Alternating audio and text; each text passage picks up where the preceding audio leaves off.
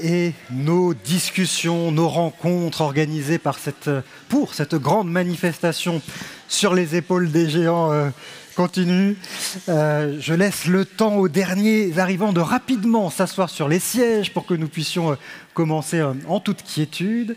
Nous allons à présent accueillir un météorologiste que vous avez peut-être entendu sur RTL ou vu sur TF1. Il va vous parler de ce métier, de la prévision du temps et puis aussi du changement climatique. Sa présentation, sa masterclass va durer 40-45 minutes. Et puis ensuite, il y aura tout un échange avec vous de questions-réponses pendant un petit quart d'heure après sa présentation. Je vous demande donc d'accueillir Louis Baudin.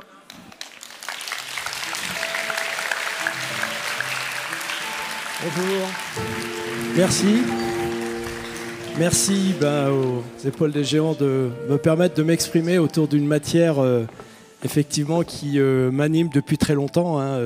Avant qu'on puisse m'entendre ou me voir sur TF1 ou sur RTL, j'ai d'abord été un météorologiste, formé à l'école de Météo France. Donc ça fait un peu plus de 35 ans maintenant que je pratique ce métier à travers différentes formes, toujours en tant que prévisionniste, mais appliqué à beaucoup de milieux, que ce soit celui de la montagne, de la mer. Très longtemps, j'ai fait de la course au large. D'ailleurs, ça m'a permis de venir il y a quelque temps encore, à la fin du siècle dernier, ici au Havre, puisque je naviguais avec Paul Vatine, qui était un ami et qui malheureusement a disparu en mer, comme vous le savez, quand on est havrais. Et notre bateau était sponsorisé par la région, par Antoine Ruffnac. Et donc, je venais très, très souvent au Havre. Donc, c'est un vrai plaisir de revenir échanger autour de cette matière dans cette ville qui, pour moi, est chargée d'émotions et de passion, puisque j'ai pu pratiquer la voile ici à un très haut niveau. Donc, on va effectivement échanger. C'est ce mot que j'ai utilisé. Pourquoi ? Parce que vous allez voir que je vais vous faire une présentation qui est mon expérience de météorologue. Je ne sais pas si j'ai raison. Vous verrez que je laisse la discussion très ouverte. Moi, j'offre des pistes de réflexion, ce qui m'a animé, moi, tout au long de ma vie, ce que la météorologie m'a apporté comme considération, comme valeur, comme piste, effectivement, d'évolution. Pourquoi ? Parce que c'est à partir de ces connaissances que j'essaie aujourd'hui de me projeter avec ce nouveau défi, qui est celui du réchauffement, de notre adaptation, de la façon dont on va pouvoir corriger nos excès qu'on a pu avoir jusqu'ici. Et c'est vrai que la météorologie peut être une porte d'entrée vers cette réflexion, mais je le répète avec toujours beaucoup d'humilité, parce que c'est la première chose que m'apprend la météorologie au quotidien, et vous le savez bien pour ceux que ça anime, c'est que finalement, c'est encore une science qui a besoin de progresser pour être juste dans les prévisions. Tous les jours, on fait encore des erreurs, tous les jours, il y a encore des limites. Donc ça apprend à rester très modeste et à jamais faire le malin par rapport à cette science. Mais c'est très important dans la façon dont on aborde l'avenir. Il faut le faire aussi avec beaucoup de modestie et en même temps beaucoup d'ambition. Donc comment est-ce qu'on mélange tout ça ? Écoutez, j'ai envie de partager ça avec vous, avec une première présentation. Je vais essayer d'aller assez vite pour qu'ensuite il y ait de l'interaction avec de la critique, avec une discussion qui va pouvoir nous faire progresser les uns et les autres. Parce que mon idée, c'est qu'à la fin de cet échange, vous ayez un sens critique un peu plus développé, que vous ayez envie d'en savoir un peu plus, envie d'aller questionner une valeur que je vous aurais apportée, ou en vous disant, tiens, peut-être que c'est pas tout à fait juste, ou peut-être que ça a besoin d'être corrigé, ou peut-être amplifié, ou j'ai besoin de vérifier. Voilà, c'est ça qui m'intéresse, c'est que vous développez ce sens critique et vous deveniez en fait, au bout du bout, un citoyen beaucoup plus acteur de cette participation à cette adaptation, à cette évolution qu'on doit avoir dans le monde de demain si on veut être un peu plus vertueux avec cette planète. Alors je vais rentrer dans le vif du sujet avec pour moi une notion qui est fondamentale justement dans les limites que peut avoir la météorologie aujourd'hui, c'est de se rappeler que cette science elle est très très jeune rapportée à l'échelle de la Terre. Je vous mets quelques grandes dates, 4,5 milliards d'années, la formation de la Terre aujourd'hui, quelques centaines de millions d'années, les continents qui prennent la position qu'ils ont aujourd'hui. Vous savez que tout au départ, la planète avait qu'un seul continent, puis il y a eu la dérive, et puis petit à petit, on arrive à la situation actuelle qui évoluera encore. Un jour, par exemple, il n'y aura plus de Méditerranée, le continent africain sera venu taper sur le sud de l'Europe. On ne sera plus là, peut-être même l'humanité ne sera plus là, mais ça arrivera un jour. Bon voilà, tout ça pour définir cette Terre qui vit depuis très longtemps, respire, connaît une météorologie différente, différentes depuis toutes ces époques. Et puis on en arrive à ce que vous voyez tout en bas, j'espère que vous arrivez tous à voir à peu près, où les premiers relevés scientifiques en France, ça date quasiment de 1870. C'est à partir de là où on s'est dit on va mesurer tous les jours des paramètres de manière rigoureuse, avec des conditions de relevé qui soient toujours les mêmes, ça aussi c'est une difficulté, permettant de dire de jour en jour, voilà quelle température on a eu, comment elle a évolué, est-ce qu'elle est plus chaude, plus froide, et puis comme ça on peut faire des statistiques et des moyennes. Voilà comment est-ce que ça a commencé. Vous voyez que ça fait que 150 ans. Et puis les images satellites qu'on vous présente tous les soirs comme une évidence dans nos bulletins météo, ça date des années 60. Donc ça veut dire que ça fait un peu plus de 60 ans qu'aujourd'hui on a une vue exhaustive de ce qui se passe sur Terre. Donc où on sait à peu près ce qui se passe et comment ça se passe. Donc vous voyez que c'est très jeune. Voilà pourquoi aujourd'hui on bute encore, et ça je vais y revenir assez rapidement, sur la qualité des prévisions, que ce soit dans la localisation ou encore dans les échéances lointaines. Autre paramètre qui, pour moi aujourd'hui, est ce qui m'oblige à remettre un peu les choses à leur place, et que j'entends dire qu'aujourd'hui la météorologie a un impact sur Terre comme elle n'a jamais eu. On entend ça parce qu'on aime bien faire du sensationnel. Si vous êtes un peu historien, replongez-vous dans le passé. Pour ceux qui ne me croient pas, faites-le. Tout ça est très ouvert. Il suffit d'aller regarder des statistiques et vous verrez que les conséquences des événements météorologiques qu'on connaît aujourd'hui étaient bien plus graves et dramatiques au début du XXe siècle et encore plus loin à l'arrière, tout simplement parce que ces phénomènes existaient déjà, qu'on ne pouvait pas s'en prévenir, qu'on s'en protégeait encore moins, et qu'un épisode Cévenol au début du XXe siècle en France, replongez-vous dans les archives, prenez le Paris-Normandie, regardez il y a 100 ans au début et vous verrez que, incroyable, il y a eu des tempêtes ici dans le Havre où les bateaux qui étaient encore à voile ont été couchés avec des conséquences dramatiques, humaines, des équipages disparus. Donc voilà, c'est cette idée que la météorologie aujourd'hui n'a pas comme elle l'a jamais eu, c'est complètement faux. Je dirais même que c'est le contraire, et tant mieux, ça prouve que nos prévisions s'améliorent et qu'on peut faire une meilleure prévention. C'est la même chose à l'échelle du monde, où on a quelques exemples de millions de morts à travers des moussons, à travers des sécheresses, à travers qui avaient un impact sur l'homme beaucoup plus fort qu'aujourd'hui. Et à ne pas confondre avec l'impact économique. Évidemment, aujourd'hui, on est beaucoup plus. Je parlais de la démographie. Donc forcément, la richesse globale ayant augmenté sur Terre, tout événement météorologique aujourd'hui qui impacte une zone géographique a une conséquence économique bien plus importante, évidemment, qu'il y a 100 ou 150 ans. Donc ça, il faut bien différencier les deux choses. Autre paramètre important, et c'est ça qui nous complique dans le travail de mettre ou de savoir ce qui est du réchauffement climatique, de la variabilité naturelle du climat, c'est que cette phrase que vous avez peut-être à lire qui dit tout simplement ce que moi j'entends encore tous les jours aujourd'hui, c'est pour ça, je vous dis, je traduis mon expérience, je m'appuie sur ce à quoi je suis confronté tous les jours, où on me dit mais Louis, avant il y avait des saisons très régulières, avant il y avait des hivers, des automnes, voilà, c'est exactement ce qu'on retrouve dans cette phrase, et bien pourtant cette phrase elle date de 1821. Donc ça veut dire qu'effectivement, de tout temps, c'est toujours supposé, alors à tort ou à raison, peu importe, mais en tout cas, que le climat n'était plus le même qu'avant et qu'il évoluait. Et effectivement, il évolue, de toute façon, naturellement, qu'on ait mis notre grain de sel ou pas. Donc ça va être compliqué, vous voyez bien, dans l'avenir et dans les projections, de distinguer ce qui relève de la variabilité du climat et du réchauffement. Et j'y reviendrai parce que ça a son importance dans la façon dont il va falloir se projeter intelligemment et avec les bonnes valeurs pour que ce soit pas critiquable, ou qu'en tout cas, ça soit encore complètement objectif et totalement porteur, en tout cas, de solutions et d'avenir.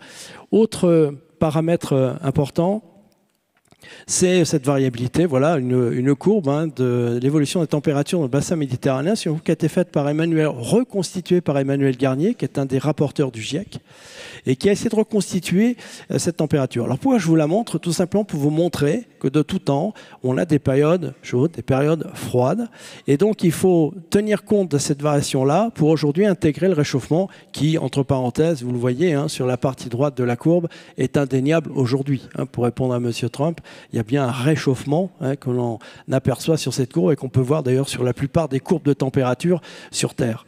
Autre élément, c'est le seul où je vais être un peu catégorique, parce que je trouve que ça, c'est le résultat de 35 ans de prévision et de météorologie. Aujourd'hui, on veut, grâce à des supports techniques de plus en plus performants, des smartphones, Internet, des sites qui utilisent aujourd'hui notre attente en matière de météorologie pour en faire un business, mais on n'est plus dans la science. Et là, vous pouvez me croire sur ce plan-là, sur d'autres, on pourra en discuter, mais la prévision météorologique aujourd'hui, elle a des limites. Elle a des limites dans la précision, et malheureusement, on en a vu les conséquences cet été, avec l'épisode qui s'est produit sur la Corse, où on est passé au travers d'une prévision locale, précise et malheureusement très intense. Ça montre encore les limites de la prévision. Tout le monde s'en est pris à Météo France, à ces météorologues. Mais moi, je les défends, parce qu'aujourd'hui, je suis désolé, mais la météorologie a encore ses limites, et notamment celle-ci en est une. C'est-à-dire que vous promettre d'être capable de faire une prévision à l'échelle de quelques kilomètres en matière d'intensité et de conséquences, eh ben non, je ne sais pas faire. Et je vous le dis clairement, la météorologie aujourd'hui, elle ne sait pas encore le faire. On est à peu près juste à l'échelle d'un département. On est à peu près juste dans la prévision d'une instabilité, donc d'un risque d'orage. On est à peu près juste sur la prévision d'un épisode Cévenol. On est inquiet, par exemple, pour la nuit prochaine et demain matin dans les Cévennes et dans le sud de la Provence. Sauf que là, à l'heure où je vous parle, on ne sait pas encore si ça va complètement dégénérer pour nous donner un épisode de pluie très très forte avec des conséquences, ou est-ce que ça va passer rapidement. Vous voyez, on est à 6 heures de l'événement, même pas. Donc voilà, mais je vous le dis, malheureusement, je ne sais pas faire. Et ça, il faut qu'aujourd'hui, la société accepte qu'on ait des limites. Et à l'opposé, dans la prévision à très long terme, ça m'exaspère encore plus, parce que vous avez tous des smartphones, regardez, vous avez plein d'applications qui vous donnent des prévisions à 15 jours, 3 semaines. Ben, c'est pas bien, c'est pas correct et c'est pas honnête. La prévision météo aujourd'hui est à peu près fiable et s'arrête à 6-7 jours. Et encore, je suis optimiste. Donc ça, c'est très important. Ça veut dire que tout ce que l'on va concevoir à travers la météorologie, eh bien, il faut connaître ces limites-là. Ça n'empêche pas de pouvoir faire des choses. La prévision a largement progressé. Quand j'ai commencé, moi c'était à Marseille-Port, je travaillais à la station météo sur la prévision pour les bateaux qui entraient et sortaient du port. Et ben, on était déjà très heureux quand on faisait une bonne prévision de Mistral à 24 heures. Aujourd'hui, voilà, une prévision de Mistral à 24 heures, on ne se trompe plus beaucoup, même si ça peut peut-être encore arriver exceptionnellement. Donc on a bien progressé, mais on a encore des limites. Et ça, c'est très important dans le rapport à la météorologie, à cet environnement, de connaître ces limites avant de s'en servir ou d'en faire une exploitation qui dépasse finalement la qualité, ce que peuvent faire ces prévisions. C'est la même chose sur les prévisions saisonnières. Moi, je suis désolé, je pratique ça au quotidien, je sais bien, vous les retrouvez partout, sauf que c'est pas fiable. Alors vous allez me dire, on a une chance assez réelle de bien tomber, parce que si vous réfléchissez bien, la prévision saisonnière, c'est quoi? C'est dans les 3 mois, ça va être chaud et humide, chaud et sec, ou ça va être froid et humide, froid et sec. Vous avez une chance sur 4. Donc évidemment, de temps en temps, ça tombe bien. Mais honnêtement, de manière rigoureuse, ça n'appartient pas encore au domaine public, si je puis dire. Pour moi, ça doit appartenir encore à la recherche, éventuellement à des grands comptes, EDF, qui vont pouvoir peut-être s'en servir d'une manière très mesurée. Mais au grand public, pour moi, c'est beaucoup trop tôt aujourd'hui pour les diffuser. Mais tout ça entraîne une dérive. C'est-à-dire que moi, je peux vous dire que déjà aujourd'hui, on commence à me poser les questions. Alors Louis, à Noël, je pars à Noël ou je pars au jour de l'an? Voilà. J'en sais rien. Voilà. Mais pourtant, cette question-là arrive parce que j'ai l'impression que je vais devoir savoir, je vais pouvoir le faire. Donc attention à remettre les choses à leur place avec les limites, malheureusement, j'espère qu'on progressera, que cette science a encore.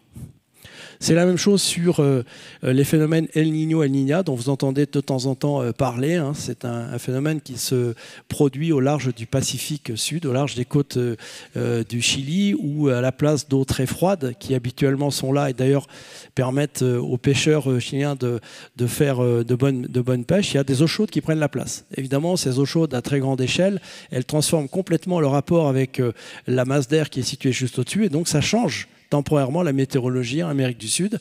Mais aujourd'hui, on travaille sur des hypothèses où cette modification pourrait aller beaucoup plus loin sur la planète.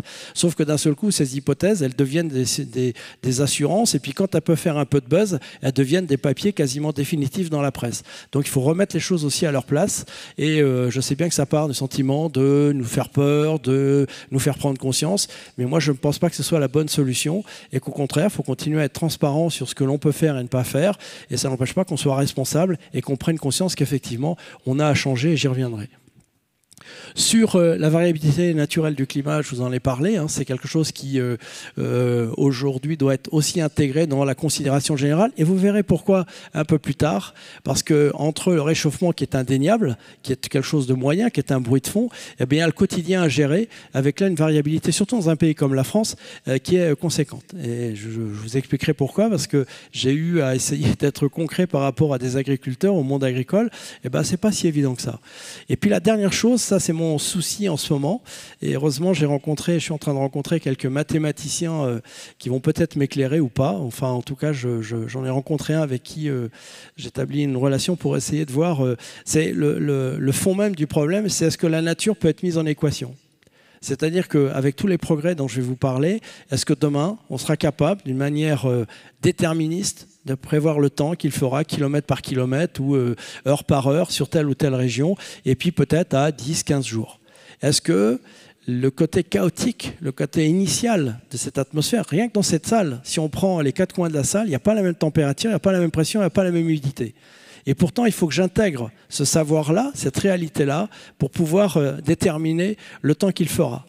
Donc, est-ce que cet aléatoire-là, on pourra le passer ou le surmonter pour en améliorer la qualité des prévisions? C'est une vraie question de fond.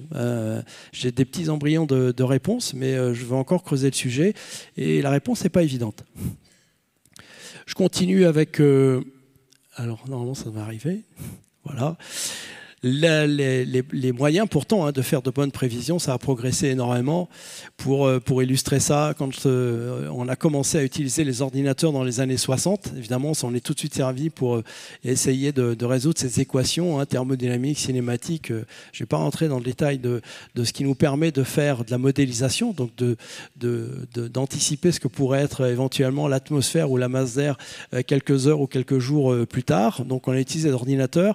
Et bien dans les années 60, les premiers ordinateurs mettaient 20 jours pour faire une prévision à 24 heures. Quand vous regardez ça, vous dites que ça ne pouvait pas être très très utile puisqu'on avait le résultat 20 jours après la journée qui nous intéressait. Sauf que petit à petit, ça s'est amélioré. Et aujourd'hui, Météo France est doté d'un ordinateur, c'est tout récent, qui va être capable de faire au minimum, vous voyez le nombre d'opérations, c'est 20 millions de milliards d'opérations à la seconde. Enfin, c'est colossal. Et c'est encore à peine suffisant pour pouvoir intégrer toutes les données et nous donner des modèles météorologiques dont je vous parlerai. C'est la même chose en matière de satellites. Moi, quand j'ai commencé, on avait une image toutes les heures, il y a 35 ans, en basse définition. Aujourd'hui, on a quasiment un film permanent à très haute définition de ce qui se passe sur Terre. Donc ça veut dire une meilleure connaissance initiale qui, normalement, doit nous aider à améliorer cette prévision météorologique. Et notamment celui qui est installé, c'est un satellite géostationnaire, 36 000 km au-dessus du golfe de Guinée. Ça veut dire qu'il tourne à la même vitesse que la Terre, donc il montre toujours le même endroit, ce qui nous permet de faire ces animations qu'on vous présente tous les soirs et qui servent évidemment à l'élaboration des prévisions. Voilà ce que ça donne. Ça s'appelle un modèle, c'est-à-dire que ces calculateurs travaillent avec un état initial, avec des équations, et à la fin sortent des cartes un peu techniques comme celle-ci. Alors ça, c'est un modèle, c'est un modèle européen qui est développé à Reading en Angleterre et qui est un peu la synthèse de tout ce qu'on fait en Europe. On essaie de mettre tout ce que l'on peut pour que la qualité de la prévision soit la meilleure possible. Parce qu'il faut savoir que tous les prévisionnistes ne sont pas en concurrence, sont au contraire en train d'essayer de progresser. Et donc chacun apporte sa pierre à l'édifice. Et ce modèle qui est donc développé en Europe, voilà, je vous en ai préparé une carte pour que ce soit un peu rigolo. C'est le modèle du jour avec une prévision pour dans une semaine. Et si vous devinez la France, vous voyez que sur la France, on a ce qu'on appelle, nous, un système un peu dépressionnaire qui va passer sur le nord. Donc cette carte, quand on l'interprète, ça veut dire en gros un temps relativement humide, nuageux sur le nord, avec probablement de la pluie. Voilà, retenez, est-ce que dans une semaine, on aura bien cette prévision? Je vous ai dit, 6-7 jours, pas sûr que la fiabilité soit très bonne, mais voilà ce qu'on prévoit aujourd'hui. Et pour compliquer la chose, évidemment, on n'a pas qu'un modèle, on en a plusieurs.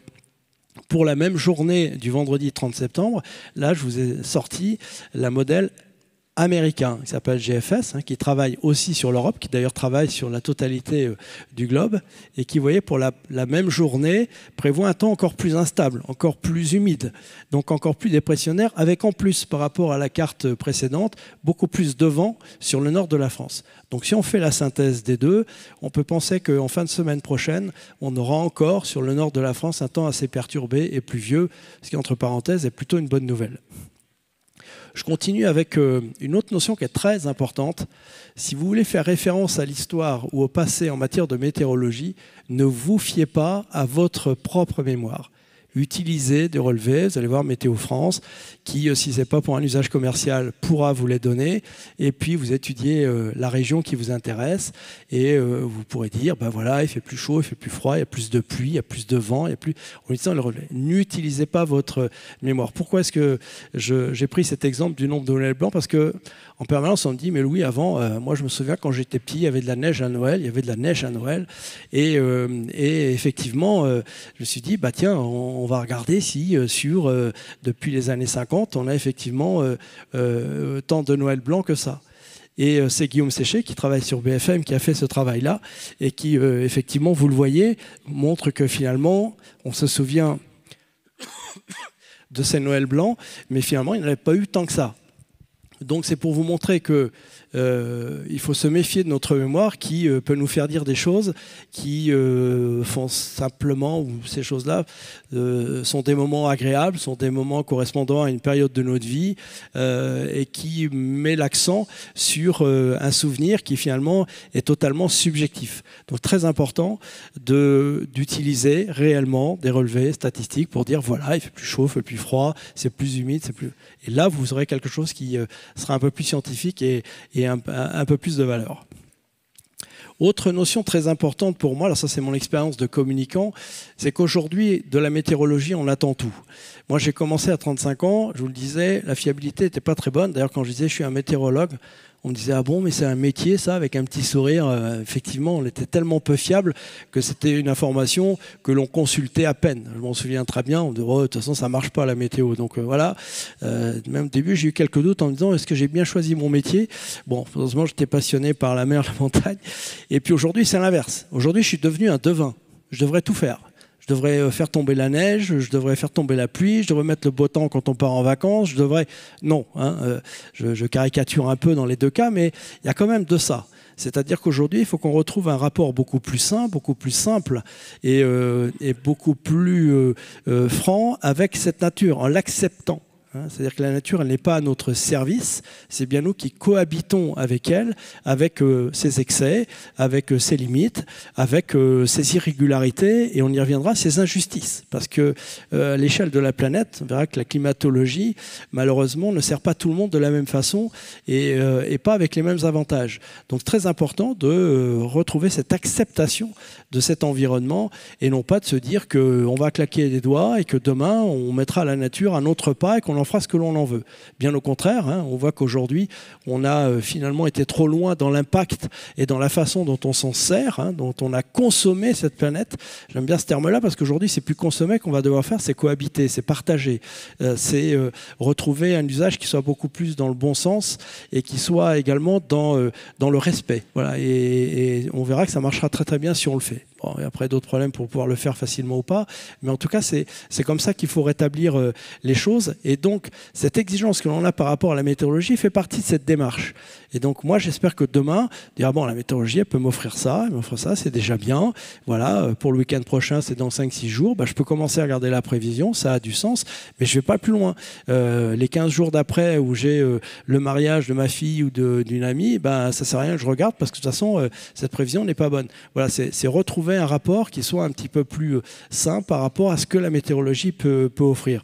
Et vous voyez que cette exigence, elle a tellement été loin qu'aujourd'hui, le principe de précaution est érigé en loi. C'est-à-dire qu'aujourd'hui, il y a cette prétention qu'on va pouvoir mettre à l'abri de tout phénomène météorologique le citoyen. Ça, c'est une hérésie totale. Ça, je vous le dis. On aura beau faire, nous, les plus beaux bulletins, les plus grandes digues, les ponts, tout ce qu'on veut, il y aura toujours un moment où la nature passera par-dessus. Ça restera exceptionnel. J'espère que ça n'arrivera pas tous les jours, mais ça arrivera. Donc ça montre bien qu'on n'a plus un rapport sain et réaliste par rapport à ce qu'est la nature et cette façon dont on va cohabiter avec elle. La médiatisation, alors ça aussi est un critère important parce qu'on va dire ah ouais, ça y est, c'est la fin du monde là. Tous les jours il se passe quelque chose quelque part dans le monde. Bah oui, ça a toujours existé. Je vais être un peu provocateur, vous savez que des phénomènes comme les cyclones, comme les orages sont un mal nécessaire. Je ne vais pas rentrer dans le détail de la façon dont marche cette extraordinaire machine thermique sur Terre, mais s'il n'y avait pas ce rééquilibrage permanent, il ferait trop chaud à l'équateur, il ferait trop froid au pôle. Donc ça veut dire qu'il y a cette machine qui rétablit et qui rééquilibre en permanence cette température, et un des moyens de le faire, c'est par exemple les cyclones. Les cyclones permettent d'évacuer une grande partie ou une partie de l'excédent d'énergie au niveau de l'équateur vers l'hémisphère nord, vers l'hémisphère sud. Donc évidemment, on en voit les conséquences, hein, dramatiques pour nous, mais n'empêche que ça fait partie du jeu et de la machine qui rééquilibre et nous permet de vivre dans des températures à peu près acceptables, même si globalement aujourd'hui, elles grimpent. Et puis la démographie. Alors là, moi je suis stupéfait qu'on ne parle jamais de ce sujet-là.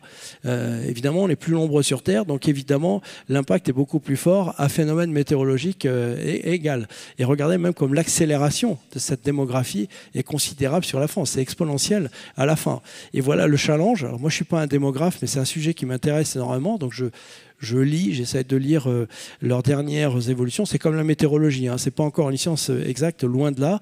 Mais voilà leurs dernières estimations. Vous voyez le challenge qui nous attend dans un moment où on se préoccupe effectivement de la pollution, de l'environnement, des émissions de CO2. Eh bien, on va peut-être être 2 milliards de plus d'ici 25 ou 26 ans, avec donc des gens à nourrir, des gens qu'il va falloir loger, apportant de l'énergie et de quoi se déplacer.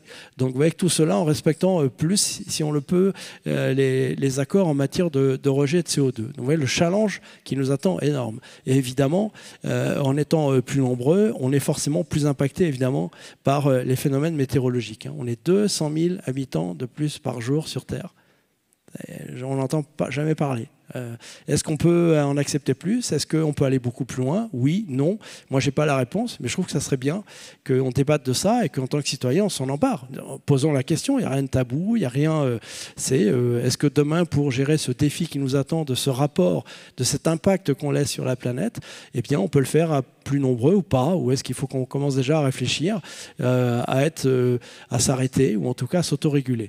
Ce que les démographes, d'ailleurs, semblent confirmer, c'est-à-dire que de toute façon, on arrivera à un maximal, peut-être dans la deuxième partie du XXIe siècle, où on arriverait à un maximum avant de recommencer à baisser. Bon, tout ça demande confirmation, mais je trouve que c'est un débat qu'on devrait avoir et que je n'entends pas suffisamment.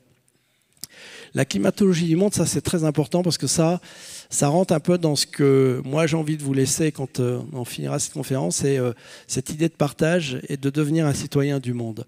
Avec un premier constat qui va être tout simple, je caricature un peu mais à peine. Physiologiquement, un corps humain, il vit très bien entre 13 et 19-20 degrés. C'est là où il est le plus rentable, c'est là où il est le plus productif. Comme par hasard, quand vous regardez la climatologie du monde, vous trouvez ces températures-là aux latitudes tempérées, où il y a la France, une grande partie de l'Europe, des États-Unis, le sud du Canada, une partie de l'Asie, une partie dans l'hémisphère sud, il y a moins de parties parce qu'il y a moins de terre. Et comme par hasard, ce sont les pays dits développés économiquement. Parce que imaginez avoir le même travail, la même production dans un pays où il fait 30 degrés toute l'année et 80% d'humidité. Alors c'est très agréable en vacances, hein, pour ceux qui ont la chance de pouvoir en prendre dans ces pays-là, mais travailler toute l'année avec la même intensité que dans des latitudes où la température est beaucoup plus tempérée, vous n'y arriverez pas. Et donc ça explique, il n'y a pas que ça, il y a l'aspect culturel, il y a l'aspect de développement de certaines parties du monde, mais en tout cas, le critère météorologique est un critère fondamental pour expliquer qu'on ne puisse pas avoir la même rentabilité, la même productivité. Donc ça veut dire une grande tolérance, et ça veut dire aussi, dans la réflexion sur le futur, qu'il va falloir compenser ces endroits beaucoup moins confortables pour vivre, avec une démarche collective qui soit plus intelligente sur notre rapport, effectivement, à l'exploitation de certaines denrées, de certaines cultures, de certaines énergies fossiles, par exemple, si on s'en sert non plus pour se mouvoir, mais peut-être pour développer d'autres produits, limiter nos émissions en matière de CO2. Donc il va falloir corriger, donc non seulement avoir une démarche collective, mais en plus corriger ces inégalités apportées par la climatologie. J'en viens à un pays, alors lui qui a une chance extraordinaire, hein, qu'on connaît bien, qui s'appelle la France. Pourquoi est-ce que je dis ça? Parce que quand vous êtes un peu géographe et un peu météorologue, faites l'exercice là pour les plus jeunes, par exemple, comme ça vous redécouvrirez le monde. Mettez-vous devant une mappemonde et puis regardez tous les pays du monde et regardez quel pays offre une telle diversité 1000 km sur 1000 km. Je vous donne déjà la réponse, vous n'en trouverez pas. 1000 km sur 1000 km, une telle diversité de climat, parce que vous avez l'influence océanique, continentale, méditerranéenne, climat de montagne, vous n'en trouverez pas d'autres. C'est assez extraordinaire. Et c'est ce qui explique cette telle diversité de paysages, de culture, donc de gastronomie. Pourquoi est-ce qu'on est le pays le plus visité au monde? Pourquoi est-ce qu'on est ce pays aussi confortable, même si on n'en a pas toujours conscience? C'est bien à cause de cette position-là, à mi-chemin entre l'équateur et le pôle, avec ces différentes influences qui viennent jouer sur nos littoraux ou encore sur nos montagnes. Alors c'est pas tout à fait, il y a un autre pays qui est comme ça, ce sont les États-Unis, sauf qu'il est 18 fois plus grand. Donc ça nous oblige aussi, ça nous donne une forme de responsabilité d'avoir un pays qui, alors même certains l'ont oublié ou trouvent cette valeur un peu moins vraie, bah si ça reste un pays très très confortable. Autre phénomène à l'échelle du monde, on l'a vu, la population augmente énormément, très rapidement, et elle va s'installer où?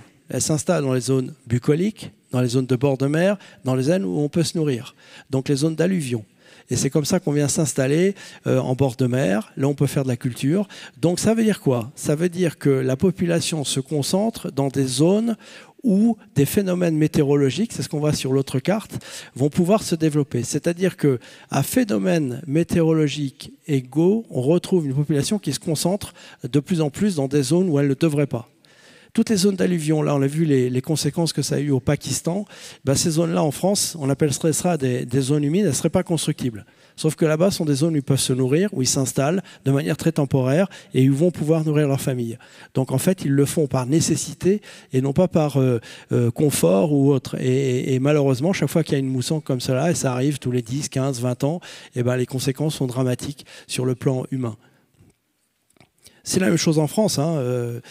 J'en viendrai à une notion qui pour moi est très importante. On se concentre, les grandes villes, le bord de mer, bucolique, bord de rivière, toujours plus joli. Sauf que si vous regardez les zones les plus dangereuses en matière de météorologie, sont les zones les plus sombres, on retrouve exactement les mêmes zones. C'est-à-dire qu'on se concentre dans les zones où se produisent les phénomènes météorologiques. La meilleure illustration sont les épisodes méditerranéens et épisodes cévenols. Si vous regardez la configuration aujourd'hui de ce littoral, depuis le Languedoc jusqu'à la Provence, le réchauffement climatique, il a bon dos. C'est d'abord notre inconséquence qui aujourd'hui nous donne ces résultats dramatiques. Pourquoi? Parce qu'on a construit n'importe où, il n'y a plus de zones humides, on urbanise tout. Je peux vous dire que si vous êtes un petit nuage et que vous arrivez entre le Languedoc et la Provence, vous pouvez vous dire « Oh là là, mais où est-ce que je vais déverser mes gouttelettes d'eau pour qu'elles puissent rentrer dans les sols et profiter à l'agriculture et profiter au sol, et notamment les nappes phréatiques ?» Eh bien, il n'y a plus de place. Et ça a quoi comme conséquence? C'est qu'évidemment, on a des bassins versants qui réagissent beaucoup plus vite, donc qui créent des vagues beaucoup plus rapidement et qui en plus vont s'écouler non pas dans des sols ou pouvoir s'évacuer dans des zones humides, mais vont circuler sur des zones bétonnées. Donc je peux vous le dire, à orage égal par rapport à il y a 50 ans, maintenant chaque fois qu'il y en aura un dans certaines zones de la Provence, ça aura des conséquences dramatiques. J'espère pas humaines, mais au moins matérielles. Là, je peux vous dire un exemple très concret. Au-dessus de Saint-Tropez, il y a une trouée qui a été construite pour pouvoir installer une voie rapide. Le jour où un orage va venir se mettre là, je vous annonce déjà la catastrophe. Et là, ça ne sera pas le réchauffement climatique, ça sera juste notre inconséquence. Donc il faut bien distinguer les deux. On a à la fois à lutter pour retrouver du bon sens par rapport à notre occupation des sols. Alors je suis d'accord, on est de plus en plus nombreux, s'élargir, il faut s'installer. La Côte d'Azur, ça fait rêver. On a tous rêvé de s'installer là-bas parce que c'est beau, parce qu'il fait chaud, parce que la mer est belle. Sauf qu'aujourd'hui, on l'a fait d'une manière excessive et qu'on en paie les conséquences en matière de météorologie. On a été inconséquent par rapport à notre occupation du sol. C'est la même chose, on y reviendra peut-être sur la façon dont aujourd'hui, on pourra se poser la question, alors que les quantités d'eau sont les mêmes, je vais vous le montrer, on a des sécheresses plus fréquentes. Qu'est-ce qui se passe ? Des sécheresses, justement, on en a toujours eu. Donc on me dit aujourd'hui, les sécheresses sont quelque chose de beaucoup plus récurrent. On va voir. Là, il se trouve que ces dernières années, on a eu des séquences de sécheresses assez fréquentes. Mais regardez, là encore, il suffit d'aller voir les registres de Météo France. Moi, je n'invente rien. Et vous verrez qu'on en a eu et des aussi fortes et parfois des plus fortes. En 1976, par exemple, tant mieux, ça ne s'est pas reproduit depuis. Mais elle a été absolument catastrophique. Du mois de mai jusqu'au mois d'octobre, il n'est pas tombé une goutte de pluie sur la France. Je continue avec les épisodes méditerranéens, c'est exactement la même chose. Je suis désolé, moi je recontrôle, j'ai refait, voilà des épisodes majeurs. Celui de septembre 1900, le tout premier, il a emporté 14 ponts dans le Tarn. À une époque où on était moins urbanisé, où on construisait beaucoup moins, on était moins nombreux. Donc vous voyez que les catastrophes naturelles ont toujours existé. Pareil sur les cyclones, moi c'est ce qui me déstabilise le plus en tant que prévisionniste. Quand vous êtes à l'école de la météorologie, on dit les cyclones, qu'est-ce qu'il faut? Il faut des eaux très chaudes, Et ça, on les a. Les eaux sont de plus en plus chaudes actuellement, notamment dans l'Atlantique, hein, sur la thermocline, sur une épaisseur assez importante, 26, 27 degrés, 28 degrés dans l'eau. Ça, on l'a de plus en plus souvent. Hein, la température remonte. Il ne faut pas trop de cisaillement de vent parce qu'il faut que le système orageux puisse se développer. Voilà, on apprend. Et puis d'autres choses. Et ben, malgré tous ces paramètres, les cyclones ne sont pas forcément en énorme augmentation. Quand il y a eu Irma, moi, je me suis dit, ah, ça y est. Là, on a franchi un palier et il va se passer des choses qu'on n'avait encore pas vues avec une récurrence plus fréquente. Sauf que Irma, ça fait 5 ans et qu'il n'y en a pas eu d'autres depuis. Cette année devait être une année au-dessus des moyennes en matière de cyclones. Pour l'instant, alors elle n'est pas finie, hein, on verra, mais la saison n'est pas non plus d'un seul coup catastrophique. Même sur la Guadeloupe, ils ont eu des pluies torrentielles il y a quelques jours. Donc vous voyez que c'est très compliqué. Concrètement, quand on est un prévisionniste, hein, moi je ne suis pas dans l'évolution à 10, 20, 30 ou 40 ans, où là on va y revenir. Il y a aujourd'hui une connaissance scientifique, technique qui indéniablement nous donne l'évolution probable vers laquelle nous allons aller si nous ne faisons rien. Mais au jour le jour, moi en tant qu'un prévisionniste du quotidien, c'est compliqué de bien faire la part des choses. Et ça c'est important, la façon dont on doit gérer et dont on doit, quel que soit ce quotidien, de toute façon s'engager à être différent, j'y reviendrai. Autre notion qui est très très importante pour moi, c'est aujourd'hui le côté interactif. Je prends l'exemple des courants océaniques parce que les courants font le tour de la planète. Bon, je caricature un peu, mais à peine. Ça met 6 mois, 1 an, 2 ans, ça peut mettre beaucoup plus de temps pour les eaux profondes, mais ces eaux-là. Donc si elles ont été polluées quelque part sur la planète, de toute façon, elles arriveront polluées ailleurs. Ça veut dire que nous, sur nos côtes françaises, demain, on pourrait être les plus vertueux. Je prends l'exemple du golfe du Morbihan parce que j'adore cet endroit-là. Je connais bien le maire d'Arzon. Il dit, oui, ça y est, moi, dans ma ville, il n'y a plus aucun rejet en mer. Je lui dis, Roland, regarde le courant là qui est à l'entrée, l'eau qui rentre et qui sort. Si elle a été polluée ailleurs dans le monde, elle arrive polluée quand même ici. Ça, c'est pour montrer qu'on est tous maintenant en interaction sur cette activité, sur ce que l'on va faire. Ça veut donc bien dire que tout ce que l'on va entreprendre aujourd'hui, il faut qu'on ait cette notion d'international. Il faut qu'on ait cette notion qu'on est tous ensemble et qu'on doit tous agir en même temps si on va avoir une action. Ce qui ne veut pas dire, ça on y reviendra, qu'on ne doit pas avoir valeur d'exemple et de mettre, nous, avec notre capacité encore économique, les bonnes techniques au point pour, évidemment, pouvoir soit les partager, soit commencer à mettre en place ou en action ces moyens de déplacement, ces moyens d'énergie, pour être beaucoup plus vertueux par rapport au CO2, évidemment. Mais n'oublions jamais que quoi qu'on fasse à un endroit du monde, ça n'est pas fait ailleurs, ça n'aura pas beaucoup d'effet. Voilà pourtant la toute dernière courbe que j'ai retrouvée du GIEC. Avec ça, c'est indéniable. Avec une fourchette, évidemment, qui dépend à la fois de notre action et puis encore des méconnaissances. Il y a encore d'incertitudes. Mais globalement, voilà, on est dans une courbe qui s'accentue, ou en tout cas qui continue à grimper, et où notre rôle est indéniable. Et pourtant, je vais être un peu provocateur, mais là encore, c'est pour vous amener à ma conclusion, qui est que, quelle que soit cette évolution météorologique demain, on doit de toute façon agir aujourd'hui. Et je prends cet exemple que j'avais retiré de mes présentations, sauf qu'il y a quelques équipes aujourd'hui qui reviennent et qui ont fait quelques publications très parcellaires, mais qui est si le Gulf Stream s'arrêtait. C'est que le Gulf Stream, c'est ce courant marin qui circule le long des côtes européennes, qui nous protège, si je puis dire, des perturbations très froides, qui à l'inverse circulent plus à l'ouest du côté des mecs. Bordeaux se trouve à la latitude de Montréal, et évidemment, on n'a pas du tout le même climat. Alors Montréal a un climat continental, mais globalement avec de l'air beaucoup plus froid, parce que quand on est sur la partie, alors que quand on est sur la partie est de l'océan, et bien là, comme on a des eaux un petit peu plus chaudes ou un peu moins froides, les perturbations qui circulent, eh bien, sont moins froides. Donc au lieu de donner de la neige, elles donnent de la pluie, ce qui fait qu'on est à des latitudes tempérées, ou avec la même latitude, on a des conséquences différentes. Mais admettons que demain ce Gulf Stream s'arrête parce que des eaux très froides venues de la fonte des glaces dans l'Arctique freinent cette circulation. Eh bien, à l'inverse de ce qui se passerait dans la globalité du monde, on pourrait avoir certaines parties du monde où on connaisse un refroidissement. Ce qui pourrait être le cas sur l'Europe de l'Ouest, peut-être pour un certain temps, avec des moments de rupture. C'est pas pour ça que d'un seul coup, il faudrait s'arrêter. Il faudrait dire, ah ben non, il n'y a plus de réchauffement. On continue. Non, on est bien dans un processus global dans lequel, aujourd'hui, il faut bien prendre conscience que, quel que soit ce qu'on va pouvoir constater dans les prochaines années ou les prochains mois, on doit s'engager pour pouvoir effectivement maintenir cet équilibre thermique qui est assez fragile sur la Terre et qui nous permet de vivre. Et pourtant, voilà hein, l'évolution de la température moyenne. Et c'est ça qui est important. C'est-à-dire qu'au-delà des excès, et y compris l'excès de cet été, hein, je vais peut-être un peu vous scandaliser, mais moi, l'excès de cet été, c'est pas ça qui me fait changer d'avis ou qui va me dire « Ah là, j'ai pris conscience ». Parce que cet argument-là, il peut se retourner contre moi. Et d'ailleurs, Trump s'en est très bien servi. Pendant qu'il a été président des États-Unis, il a eu 2 hivers très rigoureux. Évidemment, il s'est servi de cet excès-là dans l'autre sens, en disant bah alors, il est où votre réchauffement? Moi, il fait froid. Mais non, mais monsieur Trump, c'est plus ça le sujet. Le sujet, c'est cette courbe que vous voyez là. C'est-à-dire qu'au-delà des excès, il y a toujours eu, dans un sens ou dans l'autre. Et ça se trouve, on va connaître un hiver très froid. Mais c'est pour ça qu'on va s'arrêter? Non.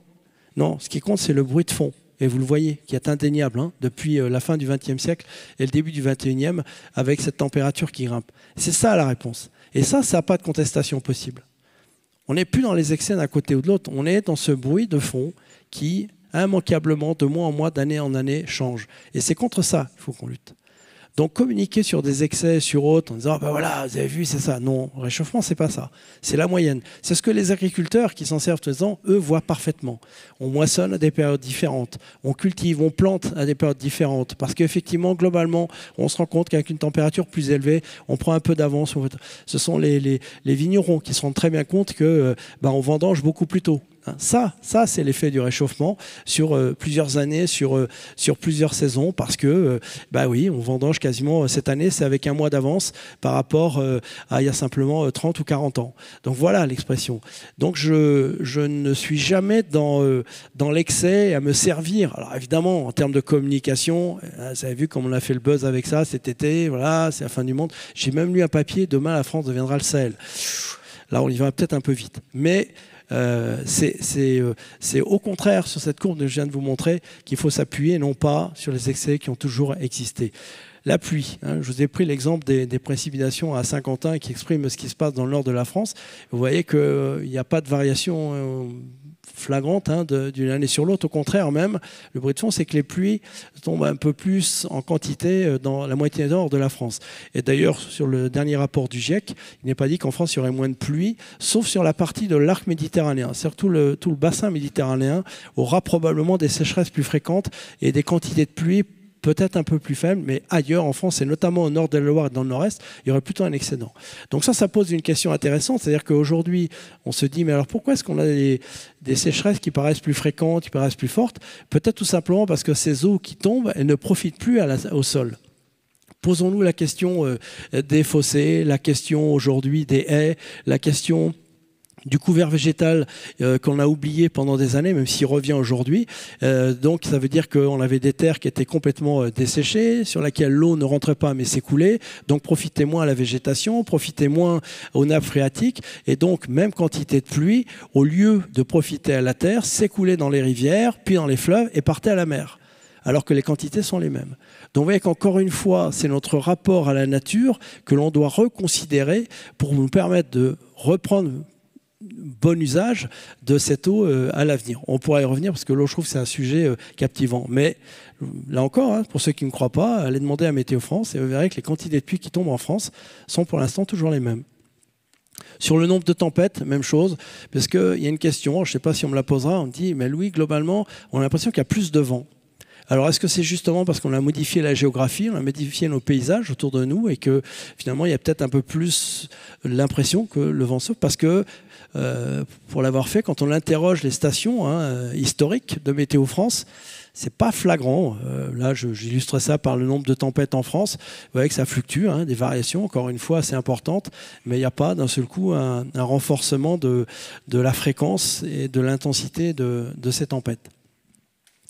La variabilité du climat, j'y reviens, parce que vous avez vu le bruit de fond, hein, indéniable, vous retenez bien cette carte, hein, où on voit que la température moyenne a largement grimpé sur la France, mais quand on en vient concrètement à la façon dont on peut pouvoir s'en servir, notamment le monde agricole, parce qu'on m'a posé la question récemment, j'étais faire une conférence dans les Vosges pour les éleveurs de la Vosgienne, hein, qui est une race de vaches qui vit en estive, donc qui vit dans les Vosges, disant, mais Louis, est-ce qu'on change de race?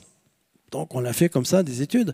Je dis bah oui, effectivement, la température moyenne, elle grimpe. Mais après, concrètement, j'aurais fait le même tableau, mais sur les Vosges. Et là, j'espère que vous arrivez à découvrir un peu les valeurs. Regardez comme un 23 septembre, d'une année sur l'autre, on peut avoir des variations énormes. Ça veut dire que dans un bruit de fond de quelques degrés, on a de telles variations autour que ça gomme. On ne le voit pas, on ne le ressent pas, parce qu'une année, on va être à +5, une année à -3, une année... Sauf que quand on fait la moyenne, on voit bien que ça grimpe. Mais sauf qu'au quotidien, pour un agriculteur, pour un pratiquant d'une activité qui dépend de la météo, je pense à la montagne, je pense à une activité touristique, comment est-ce qu'il s'adapte? Comment est-ce qu'il le gère au quotidien? C'est bien joli, la théorie de cette élévation contre laquelle on doit lutter, mais au quotidien, comment est-ce qu'on la gère? Dans un pays comme la France, où vous l'avez vu, il y a plein d'influences, c'est très compliqué. Il faut être pragmatique. Et ce qui s'est passé dans les Vosges, ce qu'ils ont appliqué, c'est que depuis, ils font une estive différente. C'est-à-dire qu'effectivement, ils font une estive qui est plus haute quand ils sont en période sèche. Donc, ils vont chercher de la fraîcheur plus haut avec un certain végétal pour leurs animaux. Et à l'inverse, quand il fait plus froid, ils restent plus bas en estive. Et c'est comme ça qu'ils ont effectivement demandé à utiliser notamment des pistes de ski d'hiver qui en été servent de pâturage pour leurs animaux. Donc il y a une adaptation qui fait qu'aujourd'hui, ils ont la même race, que l'animal s'adapte lui aussi, et qu'on peut comme cela, petit à petit, s'adapter à ce changement ou à cette évolution de la météorologie. Je continue avec la prévision de température, là encore, en fonction de notre action contre le CO2. Mais là, c'est une autre notion que je vais vous donner. C'est notre altruisme nécessaire. Et pourquoi est-ce que je dis ça? Parce que quoi qu'on fasse aujourd'hui, pratiquement pour tous ceux qui vivent là, on n'en verra pas les effets. Ça veut donc dire que comme les constructeurs de cathédrales, tout ce que l'on va faire aujourd'hui, on n'en verra pas les effets. Un constructeur de cathédrale, celui qui faisait les fondations, il savait qu'il ne verrait pas à la fin de la cathédrale. Nous, c'est la même chose. Donc vous voyez l'effort, ou en tout cas le travail sur nous qu'on doit faire, en matière d'altruisme, de partage, sens de la civilisation, sens de l'espèce humaine, pour pouvoir lutter, nous adapter et permettre déjà de cohabiter avec une biodiversité, avec une nature qu'on respectera un peu mieux, et pour offrir une planète qui soit encore très respirable pour les générations futures. Autre notion importante, l'altruisme, parce qu'effectivement, on n'en verra pas forcément les effets. Autre notion, j'ai déjà un petit peu évoqué, mais c'est celle du travail de citoyen international que l'on doit devenir. Là, je vous ai traduit en quelques chiffres l'impact de la France à l'échelle du monde en matière de population, d'économie, donc de rejet de CO2. Ça veut dire que même si on est très vertueux demain, ça ne changera rien, contrairement à ce que j'ai pu lire, y compris en France et y compris dans le monde. Si on n'est que les seuls à agir, ça ne changera rien. Ce qui ne veut pas dire qu'il ne faut pas le faire. Je répète, on doit valeur d'exemple. On est quand même un pays qui économiquement est encore plutôt dans les pays qui sont en avance. Donc on a une vraie responsabilité de technique, de transmission, d'échange, de découverte, de recherche, parce qu'on en a encore les moyens par rapport à d'autres pays. Mais en même temps, prenons bien conscience qu'on doit devenir, ou en tout cas influer sur un cours mondial. Et moi, j'introduis là volontairement des notions importantes. Vous allez me dire, ça va faire crier, c'est pas possible, mais c'est l'ingérence. Moi, je vous dis que l'ingérence est un mot qui va apparaître dans les 10 ans au niveau de l'ONU ou autre, parce qu'il faudra qu'un jour, on puisse dire à M. Bolsonaro, à M. Poutine, on est désolé, vous avez peut-être autorité dans votre pays, mais sauf que les actions que vous avez, elles ont des conséquences sur l'ensemble de la planète et sur le reste de l'humanité. Donc on veut un droit de regard sur la forêt amazonienne, on veut un droit de regard sur la façon dont vous polluez certaines rivières ou certains fleuves en Russie parce que vous ne faites pas attention. Eh bien, il faudra qu'un jour on y vienne si on veut réellement résoudre le problème. Tout le reste, c'est de l'utopie. C'est vraiment une action internationale au même niveau, cohérente, de partage, qui nous permettra de régler ce problème du réchauffement. Et là encore, pourtant, alors certains diront que ça n'est pas suffisant, on s'est amélioré. La pollution au CO2, les émissions de CO2 ont baissé de 25% en Europe sur les 10 dernières années. Voilà, pour donner une petite note positive quand même. Alors évidemment, les plus pessimistes diront c'est pas assez, c'est loin d'être assez. On est bien d'accord, mais sauf que la tendance, elle est quand même dans le bon sens. Voilà, je veux le dire. Faut le dire, même si pour beaucoup, ça n'est pas suffisant. Dans le même temps, aux États-Unis, c'est zéro. C'est-à-dire qu'ils n'ont rien amélioré. Ça ne s'est pas dégradé, mais ils n'ont rien amélioré. Et en Chine, c'est 350% d'augmentation du CO2. Donc vous voyez, comme pour l'instant, nos activités et nos actions sur la planète sont totalement différentes. Hein, donc là encore, vous voyez qu'on a un travail de cohérence à faire pour pouvoir petit à petit être efficace sur cette résolution. Et puis je vais finir avec ça, c'est rappeler qu'on vit sur une petite planète qui est très fragile, avec en dessous de nos pieds là, un magma, une croûte terrestre hein, qui vit, avec pour conséquence des tremblements de terre parfois. Là on n'y est pour rien, hein, je vous le dis tout de suite. Ou encore l'activité volcanique, même chose, mais nécessaire. Hein, ça permet de rééquilibrer un peu cette tension sous la croûte terrestre.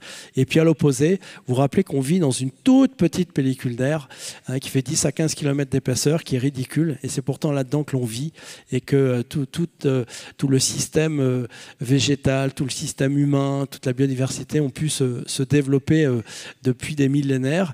Et c'est tellement fragile que ouais, c'est notre challenge, hein, c'est qu'on ne crée pas un déséquilibre qui soit irrémédiable.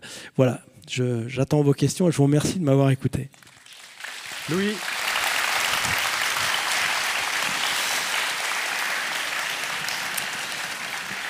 Bon, alors, vous vouliez discuter, mais emporté par l'élan, il y aura un peu moins de temps pour discuter. Ouais. Allez, on a 5 minutes de questions-réponses avec la salle. On va vous apporter le micro, monsieur, qui levait la main. Et donc, on essaye de faire un jeu de questions-réponses courtes pour que plusieurs personnes puissent s'exprimer. Allez-y, monsieur. Bonjour. Bonjour.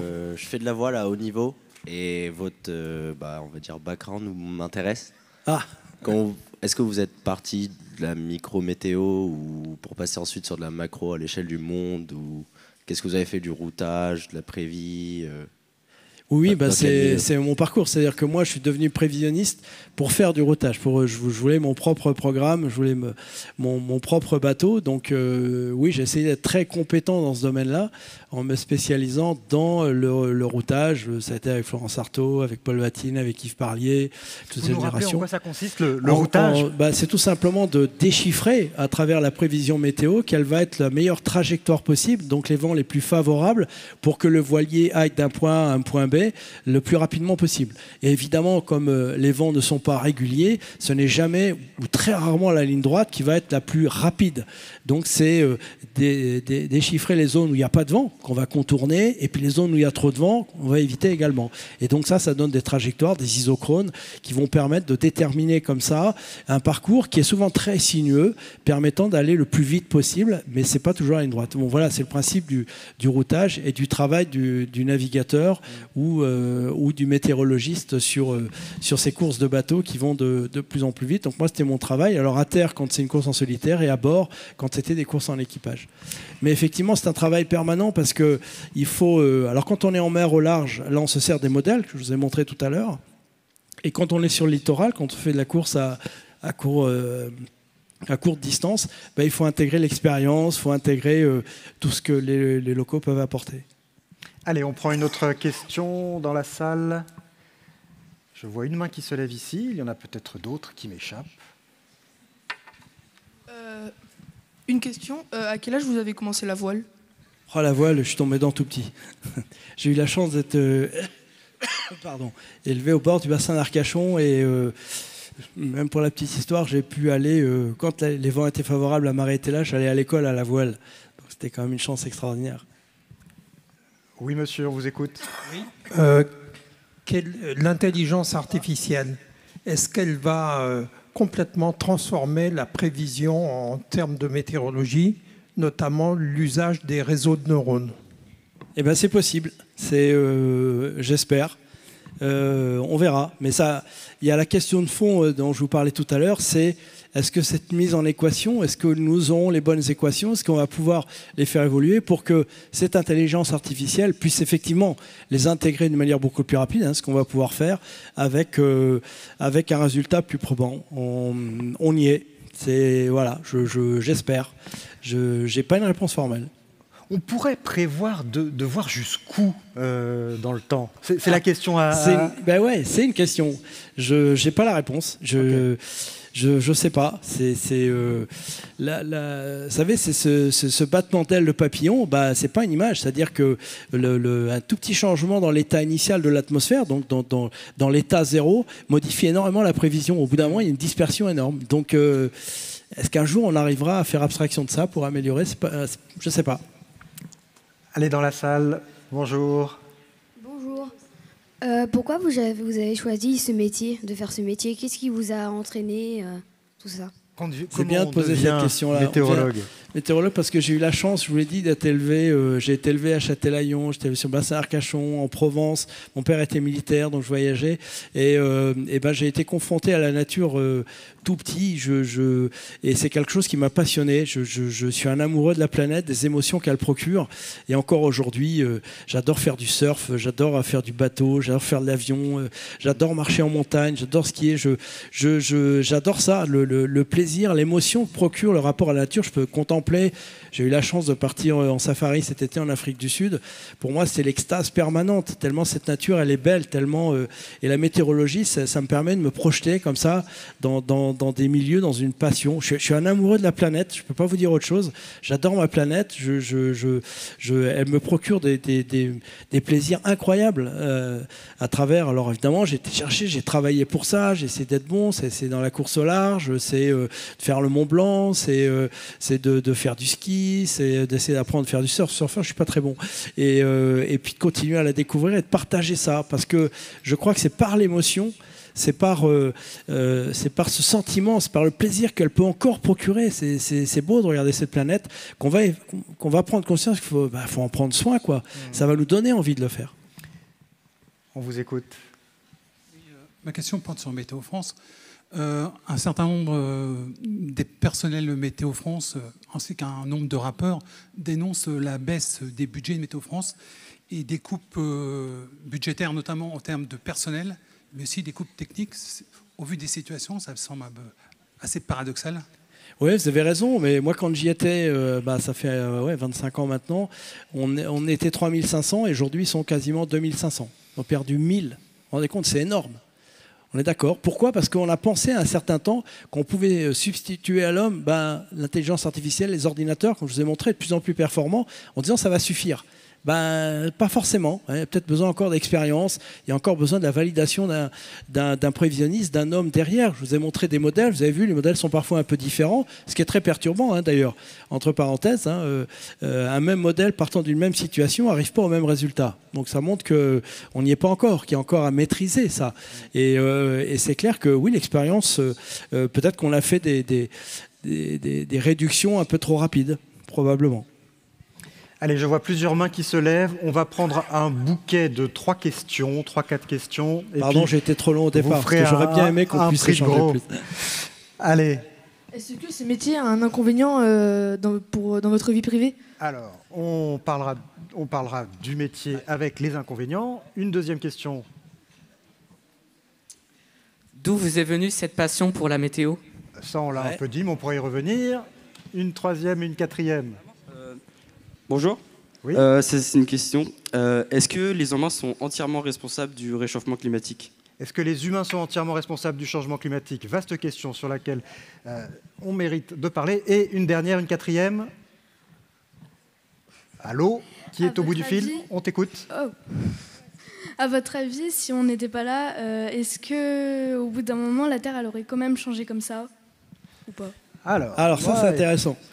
J'ai fait ce métier-là, je me rappelle, parce que je trouvais que c'était une bonne porte d'entrée vers toutes mes passions. Vous savez, pour faire de l'avion, on ne part pas sans regarder la météorologie. Pour faire du bateau, on ne part pas sans regarder la météorologie. Pour aller en montagne, on ne part pas sans regarder la météorologie. Donc voilà, j'étais un peu au centre, et en tout cas une discipline commune à toutes ces passions. Ensuite, est-ce que le réchauffement climatique, il est dû à l'homme? C'est ce que j'ai essayé de vous expliquer. Je vous ai expliqué que le bruit de fond, vous avez vu cette courbe-là, et qui monte doucement au milieu d'une grande irrégularité. Ça, c'est l'effet de l'homme. Et effectivement, autour de ça, il y a cette irrégularité. Ça, c'est pas nous. Cette variation naturelle, parce qu'elle existait avant et elle existe encore aujourd'hui. Donc c'est pour ça qu'il faut qu'on fasse la part des choses entre ce qui relève effectivement de cette irrégularité, de ce bruit de fond qui, là, est dû à la présence de l'homme. Donc c'est dû à l'homme. Est-ce que s'il n'y avait pas eu l'homme, il y aurait eu ces variations? Oui, mais pas dans les mêmes échelles de temps. C'est-à-dire que la Terre a déjà connu des moments beaucoup plus froids et des moments beaucoup plus chauds. Et d'ailleurs, théoriquement, sur l'échelle de quelques milliers d'années, on va plutôt vers une ère glaciaire. Donc on devrait aller plutôt vers un refroidissement. Mais là, on est sur une échelle de temps qui est totalement différente, ce qui montre bien que ce petit bruit de fond, il est dû à l'homme. majoritairement. Hein. Vous avez vu qu'il y avait encore un cône d'incertitude qui est justement par notre méconnaissance de combien c'est, est-ce que c'est 80, 90%, 100%, ça demande d'être affiné, mais nous avons une grande part de responsabilité, c'est certain.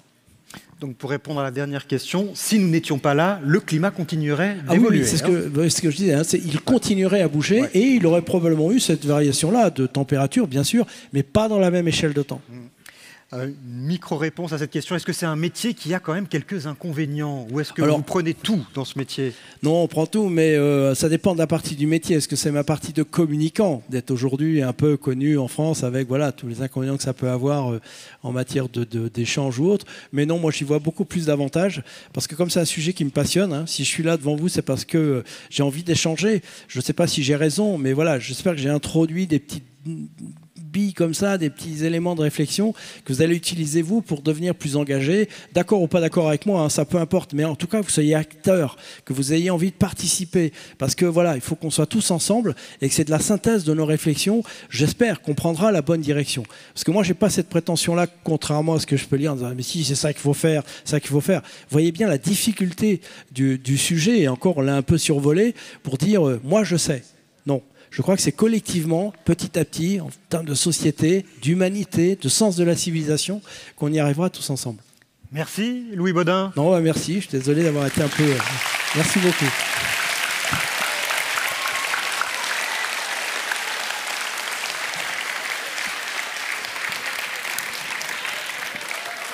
Merci.